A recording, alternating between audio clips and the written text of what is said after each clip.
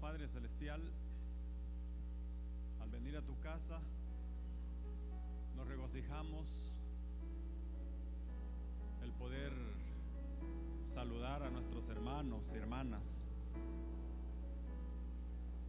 porque tú, Señor, durante la semana has tenido misericordia de tu pueblo, de tus hijos, has dado provisión y has dado salud a los que han estado con enfermedades, y recordamos a los que todavía están padeciendo alguna dolencia física, que tú te hagas presente y puedas obrar con poder en cada cuerpo.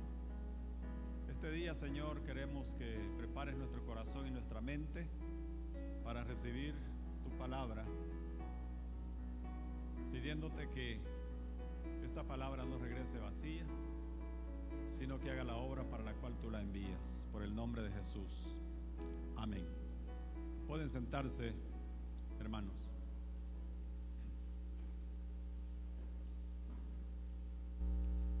Yo tenía previsto venir el domingo anterior, pero mi hijo, no sé si les comenté la última vez que mi hijo, que vive en Estados Unidos, estaba padeciendo de un cáncer, y por todo un año pasó por esa experiencia, y el domingo estuvo en nuestra iglesia para dar su testimonio del milagro que Dios hizo en él. Así que el Señor se ha glorificado en su salud, en su vida, y por eso es que estuvimos cambiamos la fecha más bien. Hay un tema del cual poco nos gusta hablar en nuestras congregaciones, y es que es un tema difícil para nosotros los humanos, y al hablar de este tema hay que hacerlo con, yo diría, temor y temblor. Muchas iglesias ahora están hablando de otros temas, un poco para atraer a más personas, para entretener,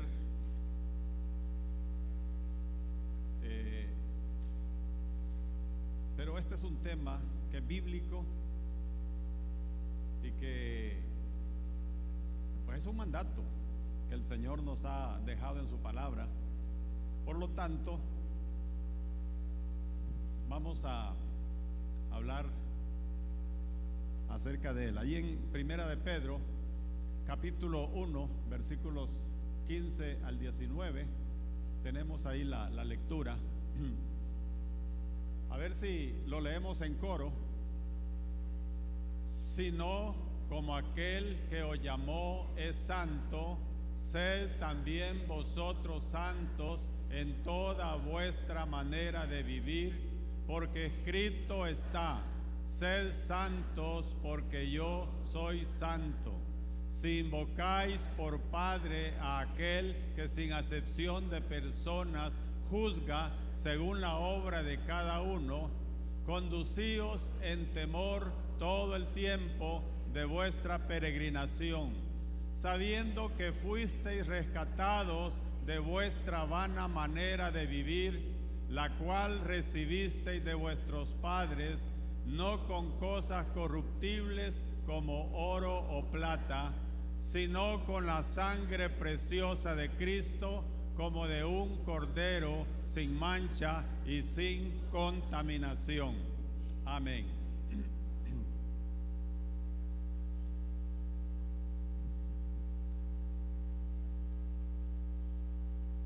El que nos llamó, hermanos, es santo. Y hay algunas experiencias en la Biblia de siervos de Dios que tuvieron el privilegio de presenciar, de experimentar la presencia misma de Dios en su santidad.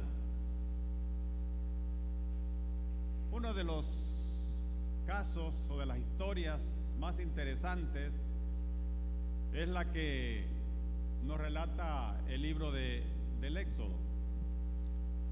Cuando Moisés andaba pastoreando ovejas, de repente una zarza se encendió. Y Moisés veía esa zarza encendida por el fuego y le llamó la atención porque el fuego no se apagaba. Entonces dijo: voy a ir para ver qué pasa. Y se acercó. Y cuando él se acercaba, Dios le dijo: Moisés, Moisés, quítate las sandalias, porque el lugar en donde tú estás, santo es. ¿Qué encuentro más impactante y transformador para la vida de Moisés? Más tarde podemos ver la historia del profeta Isaías, cuando tiene esa visión que ve a Dios en ese lugar santo y los serafines que alababan a Dios y decían: santo, santo es el Señor de los ejércitos. Dice la palabra que Isaías se sintió como muerto, se sintió inmundo. Y uno de los serafines tomó un carbón encendido y lo puso en sus labios y le dijo: he aquí, tu culpa es quitada, tu pecado es limpiado. Y hermanos, miren cómo esa experiencia del profeta le cambió totalmente la vida. Es uno de los profetas que más revelación de Dios tuvo. Un libro inmensamente amplio. Ahora, Juan el teólogo también vivió una experiencia quizá mucho más grande,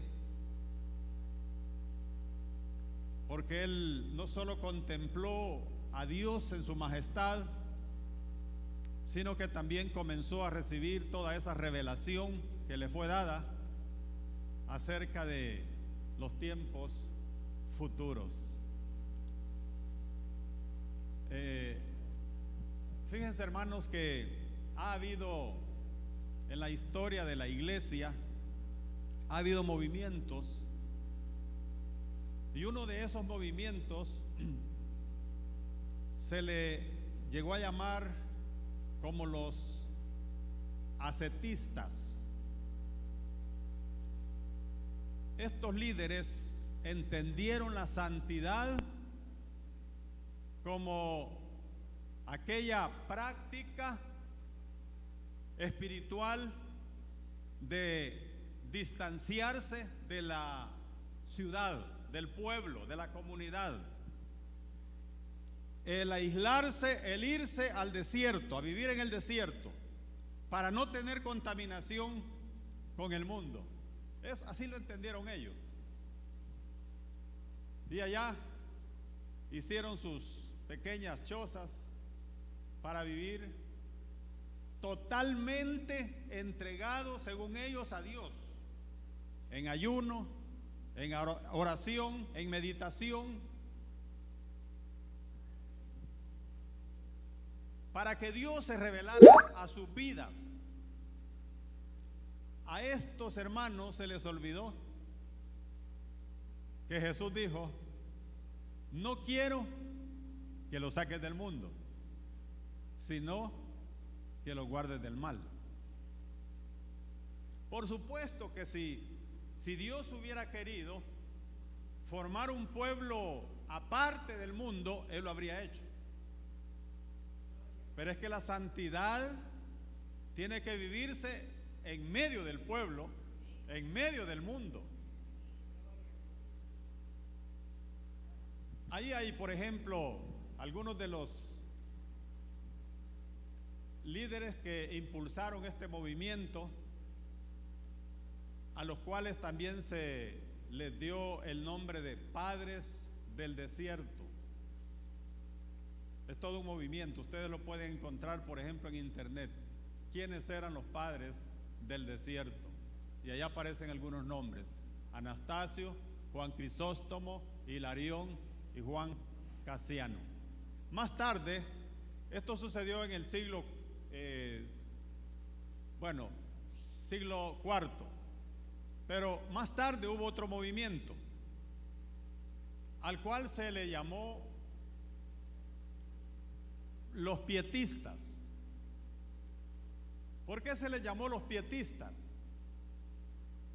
Porque estos, a diferencia del grupo anterior, entendieron que la santidad debía de ser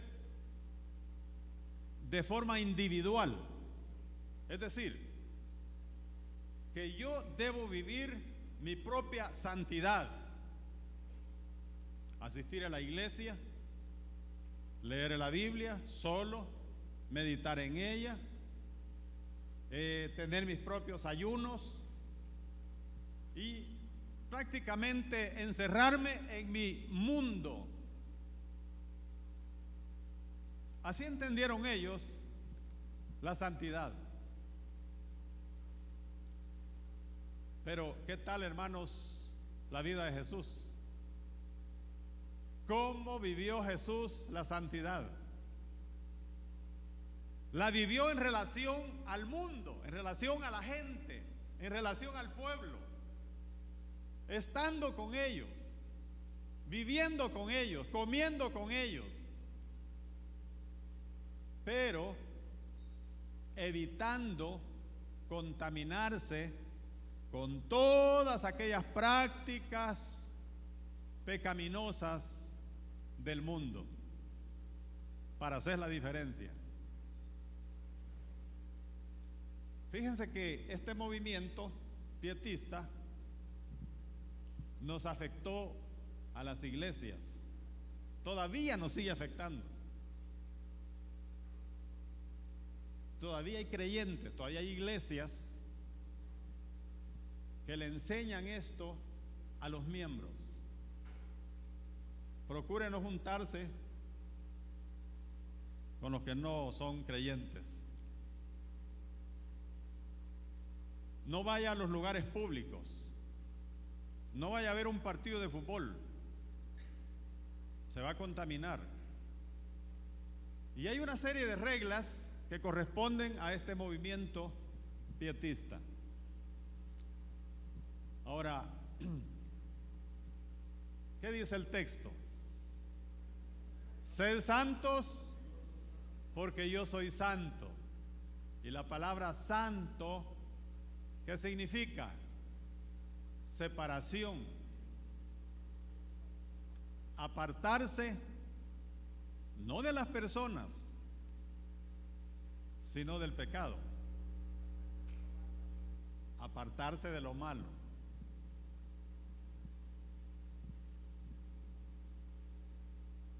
Dios nunca cambió, sigue siendo el mismo, porque Él es inmutable.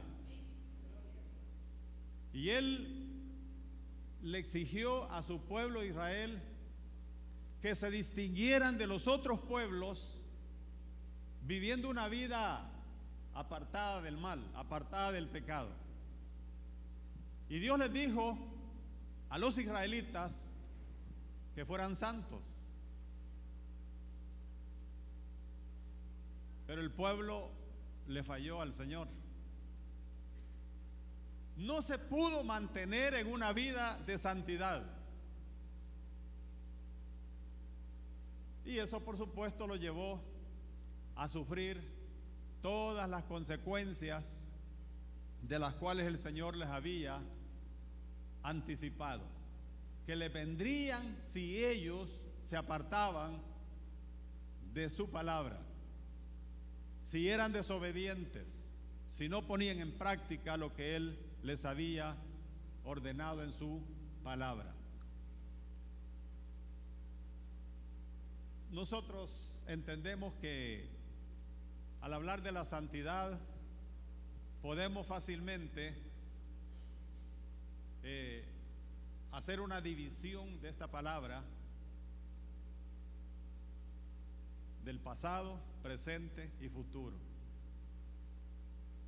Lo que más me impresiona a mí es lo que tiene que ver con la santidad posicional. Santidad posicional. ¿Qué significa eso? Que cuando usted le entregó su vida al Señor, en ese momento, en el cielo, se hizo una celebración. Y en esa celebración no solo se declaró que usted se convertía en hijo de Dios, sino también se dijo que desde ese momento usted se convertía en una persona santa. Mire, Dios nos declaró santos cuando nos convertimos a Él. Interesante. Y usted dirá, ¿y quién era yo? ¿De dónde venía yo? ¿Qué cosas malas, perversas hice? Viví una vida tan desordenada que me avergüenzo recordar esas cosas. Pero el día que usted se arrepintió y le pidió perdón al Señor, ese día en el cielo lo declararon santo. Dice Efesios 1:4, según nos escogió en Él antes de la fundación del mundo, para que fuésemos, mire, santos y sin mancha delante de Él. Hebreos 2:11 dice, porque el que santifica y los que son santificados, de uno son todos, por lo cual no se avergüenza de llamarlos hermanos. Hebreos 10:10 dice, en esa voluntad somos santificados mediante la ofrenda del cuerpo de Jesucristo, hecha una vez y para siempre. El apóstol Pablo escribió 2 cartas a la iglesia de Corinto. Y nosotros que hemos leído esas cartas sabemos que esta era una iglesia que se le llama una iglesia carnal. Habían pleitos, habían divisiones, habían celos e incluso había inmoralidad sexual en algunos miembros. ¿Sabe cómo le llama Pablo cuando escribe las 2 cartas? Si usted lee los primeros versículos de las 2 cartas, Pablo le llama santos, santos. ¿Por qué? Porque si se habían convertido al Señor, es Dios el que dijo que ellos eran santos. Y eso es lo que somos ahora nosotros, hermanos. No por lo que hicimos, sino por lo que Cristo hizo en la cruz del Calvario, que no solo nos trajo salvación, que no solo nos trajo justificación, sino también santidad. Ahora hay un segundo tiempo, el presente, que es la santidad progresiva. La santidad posicional depende de Dios, no depende de mí. La santidad progresiva depende de mí. Y aquí es, hermanos, en donde nosotros debemos de tener esa claridad, pero también esa necesidad de anhelar el ir mejorando cada día nuestra relación con el Señor. El irnos apartando de aquellas cosas que siempre nos han cautivado y que no nos han permitido crecer espiritualmente. De usted depende si avanza en la vida espiritual o retrocede o se estanca. Lo más común es para el creyente estancarse. O sea, llega a un nivel en el cual se siente tranquilo, se siente bien y ya no aspira a avanzar. Pero el problema del estancamiento es que en vez de avanzar se retrocede. Y en el retroceso está el peligro del creyente.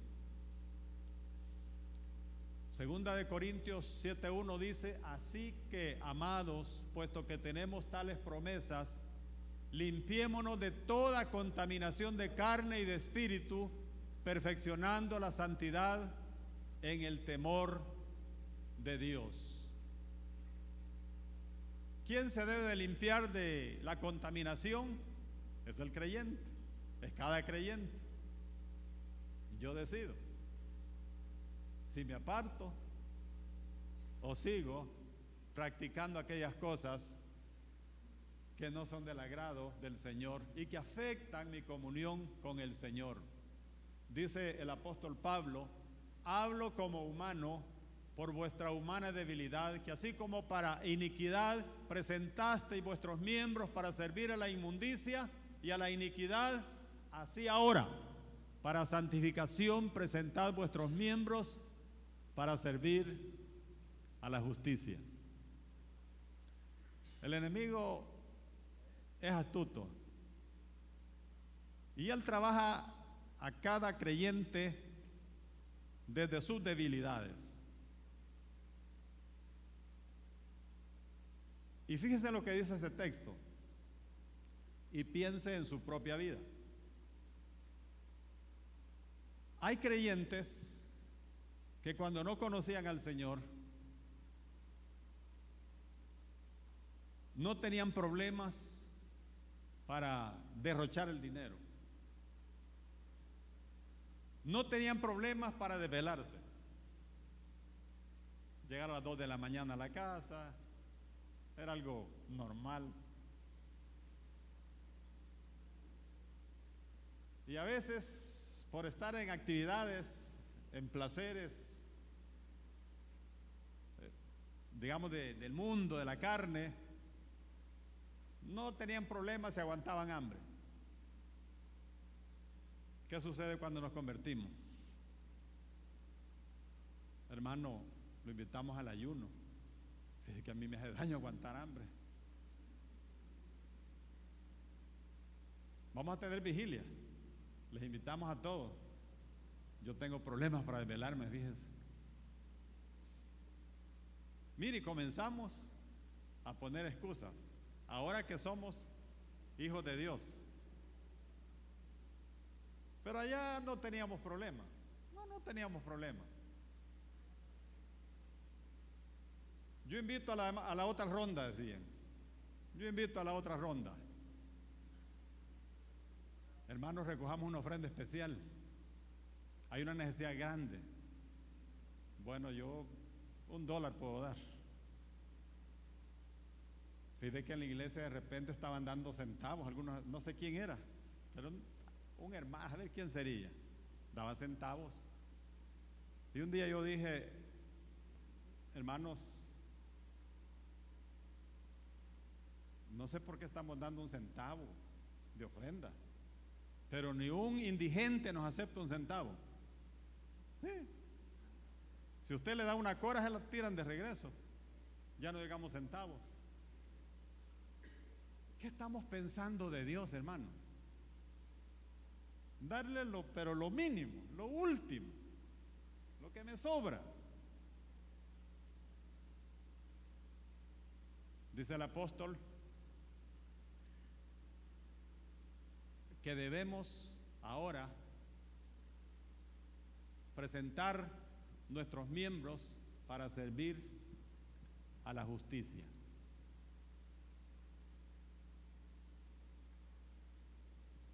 Practicar la santidad en este tiempo es sumamente complicado, porque las tentaciones están a la orden del día. Abrimos el celular y ahí están las tentaciones. Encendemos la televisión y ahí están las tentaciones. Vamos al parque, ahí están las tentaciones. Vamos al trabajo, ahí están las tentaciones. ¿Sabe algo interesante? Que este famoso escritor de Una vida con propósito, Rick Warren, dice acerca de las tentaciones. Dice que las tentaciones son muy útiles cuando uno las supera, cuando uno las vence. Fíjese, son una oportunidad para crecer espiritualmente, las tentaciones. Pero cuando uno las enfrenta en oración y recordando la palabra de Dios, y cuando uno vence la tentación y mira para atrás, mire cuántas lecciones aprendimos y cuánto crecimos espiritualmente.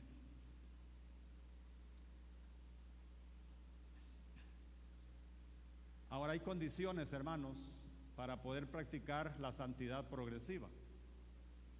La santificación es una evidencia de que el Espíritu Santo mora en el creyente.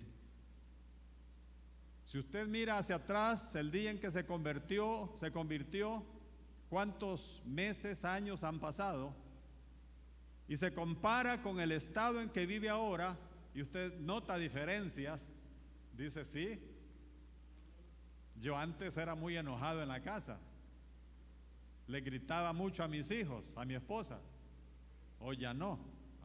Mire, qué gran avance, qué gran avance. Esa es santidad. Yo antes era tacaño, no le quería dar nada a mi esposa para los gastos, o le daba muy poquito. No, hoy le doy la cartera, hoy le entrego el salario. No, hay hermanos, hay hombres que así hacen. Fíjense. Posiblemente aquí hay algunos que lo que ganan se lo dan a la esposa para que ella lo administre. Sí. Yo tenía un compañero, un ingeniero civil, siempre andaba con una carterita, así, cuando íbamos a almorzar, y abría la carterita y decía: bueno, hoy no me alcanza para el almuerzo, mi esposa no me dio más, dijo, decía. Sí, la esposa le daba justo lo que iba a gastar ese día. Claro, hay matrimonios así, bonitos, ¿verdad? Bonitos, me gustan. La santificación es algo de lo que el creyente es responsable. No es Dios, es usted. Responsable de avanzar en la vida de santidad. Por eso dice el texto: busquen la paz con todos y la santidad, sin la cual nadie verá al Señor. Ojo. Pero ¿quiénes somos nosotros? Según el primer tiempo de la santidad, ¿quiénes somos? Somos santos. Mire, por eso el texto dice: sin santidad nadie verá al Señor. Usted ya es santo. Lo que sucede es que está luchando con el pecado en esta vida y no se le nota mucho que usted es santo, porque la santidad no depende de cómo yo visto, ¿verdad? Ni cómo camino, de que no me meto con los demás. Tiene que ver más con cómo controlo mis impulsos, mi carácter, mis decisiones, la forma en que vivo. Ahora, también, en tercer lugar, la santificación es un proceso que debe ir en crecimiento en la vida del creyente. Usted tiene que ver avances en su vida. Y si usted descubre que tiene una debilidad, un problema, un mal hábito, tiene que luchar por superar ese mal hábito.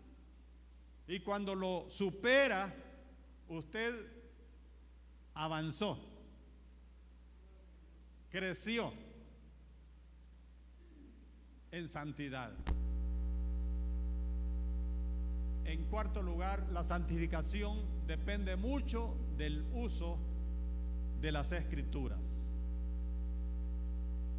Si usted no sabe leer, porque siempre tenemos en las iglesias, de repente hay hermanos o hermanas que no saben leer. Entonces hay que pedirle al hijo, a la hija, a la esposa, a quien sea, que nos lea la Biblia.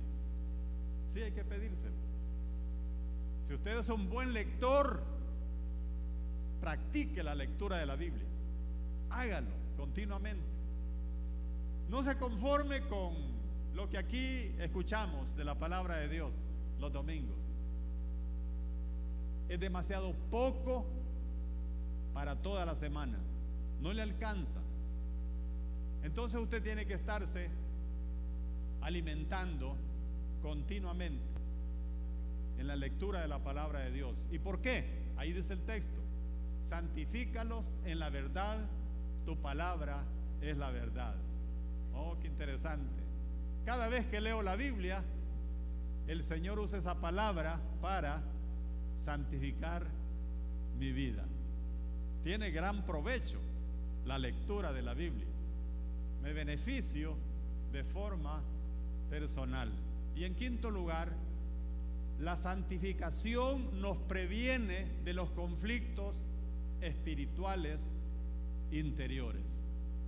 Una cosa es, usted posiblemente era alcohólico, usted posiblemente fumaba bastante, una cajetilla al día, usted posiblemente tenía problemas con la droga, o le gustaban las parrandas, las fiestas, los fines de semana, o visitar nightclub, no sé. Pero después que se convirtió al Señor, todas esas cosas las abandonó,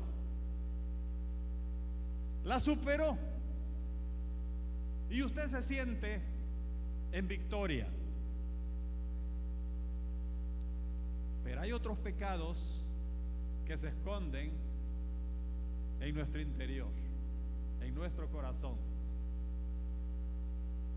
Y puede ser que esos pecados son los que más me perjudican a mí y perjudican a los otros. Por ejemplo, hay familias que están divididas,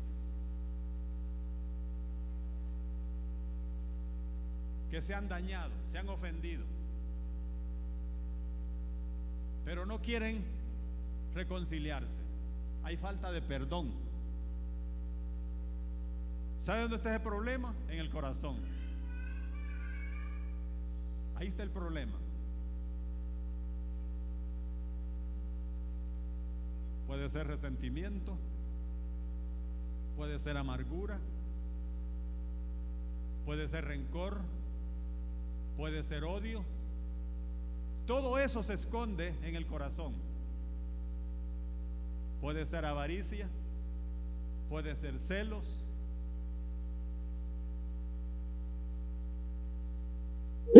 Todo esto se esconde en el corazón. Cuando yo anhelo la vida de santidad, mire qué sucede. Los conflictos interiores se superan. Y ahora usted sí puede disfrutar de paz interior. Porque está en paz con Dios, está en paz consigo mismo y en paz con el prójimo. A eso nos invita, hermanos, la santidad. A que nuestro corazón pueda estar completamente limpio, sin ataduras que estorben mi comunión con Dios y con los demás. En tercer lugar y último lugar, hablamos de la santidad pasada, presente y ahora la futura. La santidad pasada o posicional depende de Dios. La santidad progresiva depende de mí, depende de usted. Pero la santidad futura depende de Dios otra vez. Y hermanos, es el día que esperamos los hijos de Dios. Un día poder vivir completamente libres del pecado. ¿Cuándo será eso? Cuando estemos en la presencia del Señor. Siempre que muere una persona, nosotros decimos, gracias a Dios que dejó de padecer, especialmente cuando ha estado en un proceso de enfermedad larga. Decimos, gracias a Dios que dejó de padecer de esa enfermedad. Pero por lo que no damos gracias es, gracias a Dios que nunca más va a pecar esta persona. Ya nunca más.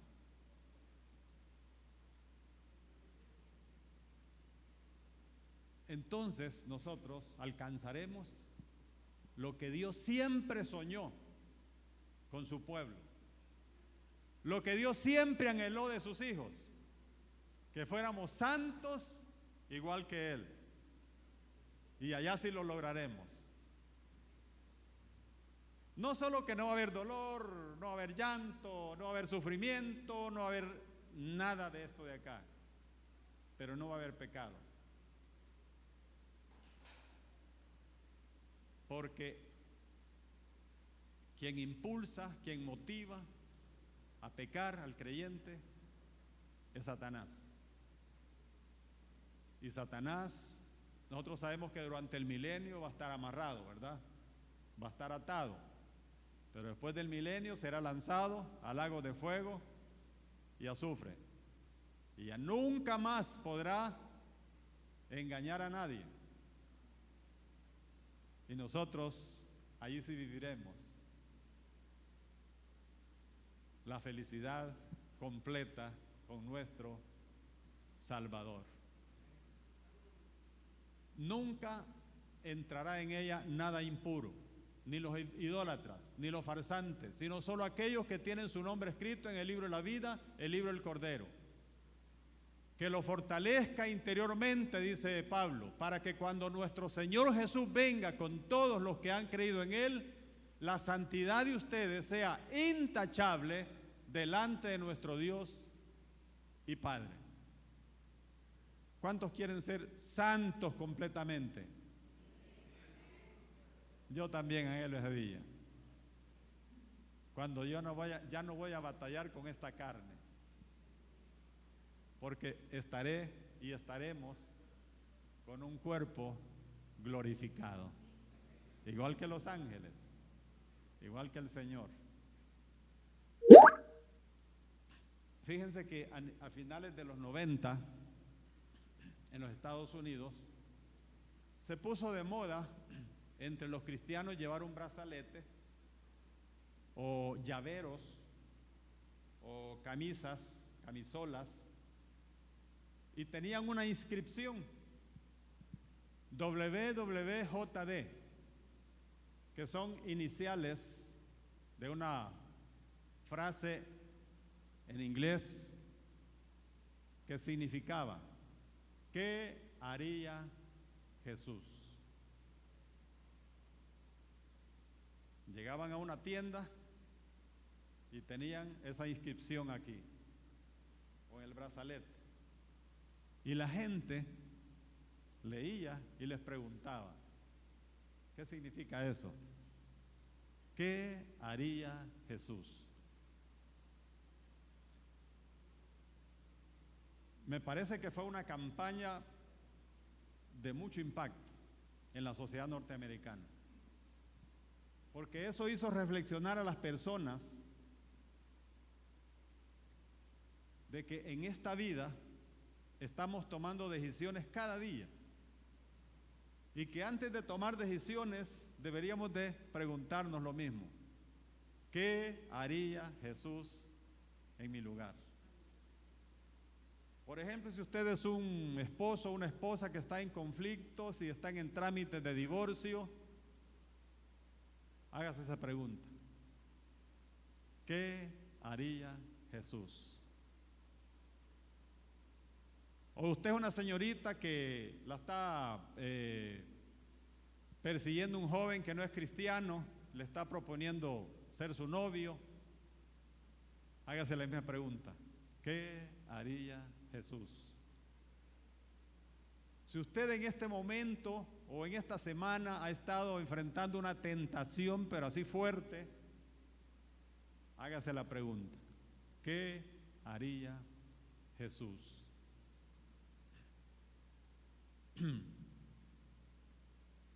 Frente, hermanos, a toda decisión que debamos tomar, frente a toda tentación que se nos presenta, frente a toda adversidad que enfrentamos, la pregunta que deberíamos hacernos es: ¿qué haría Jesús en mi lugar?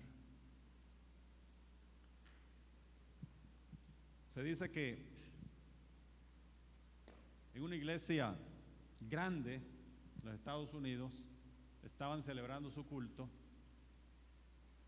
De repente entró un joven mal vestido, desordenado, descalzo, sin zapatos.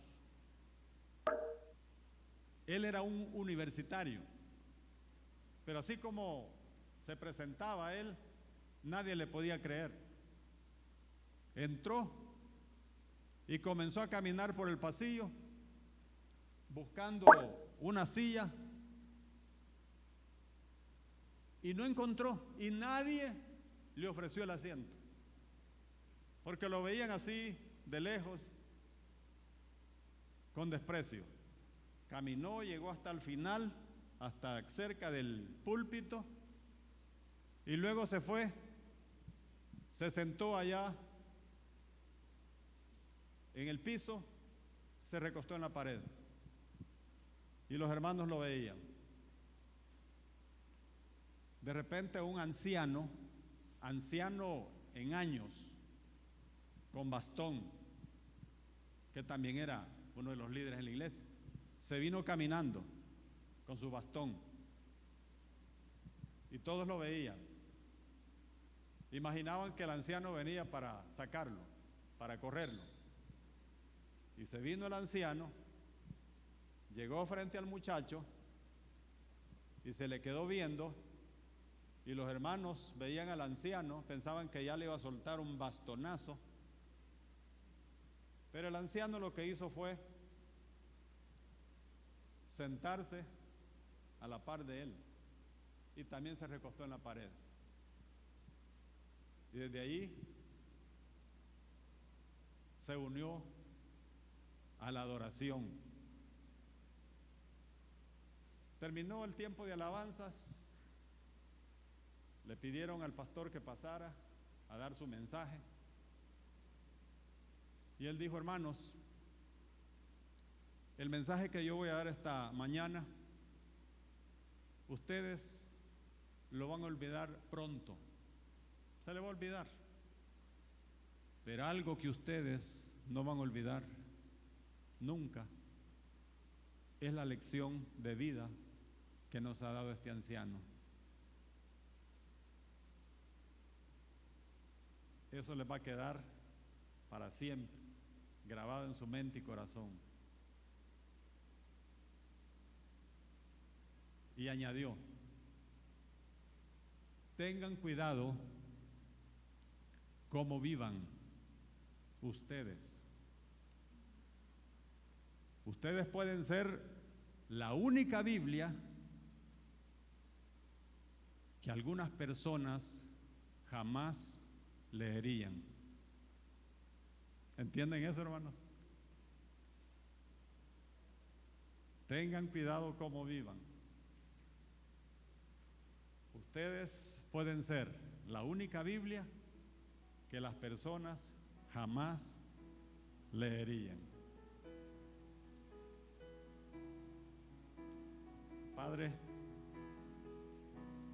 tu palabra ha sido expuesta en esta mañana.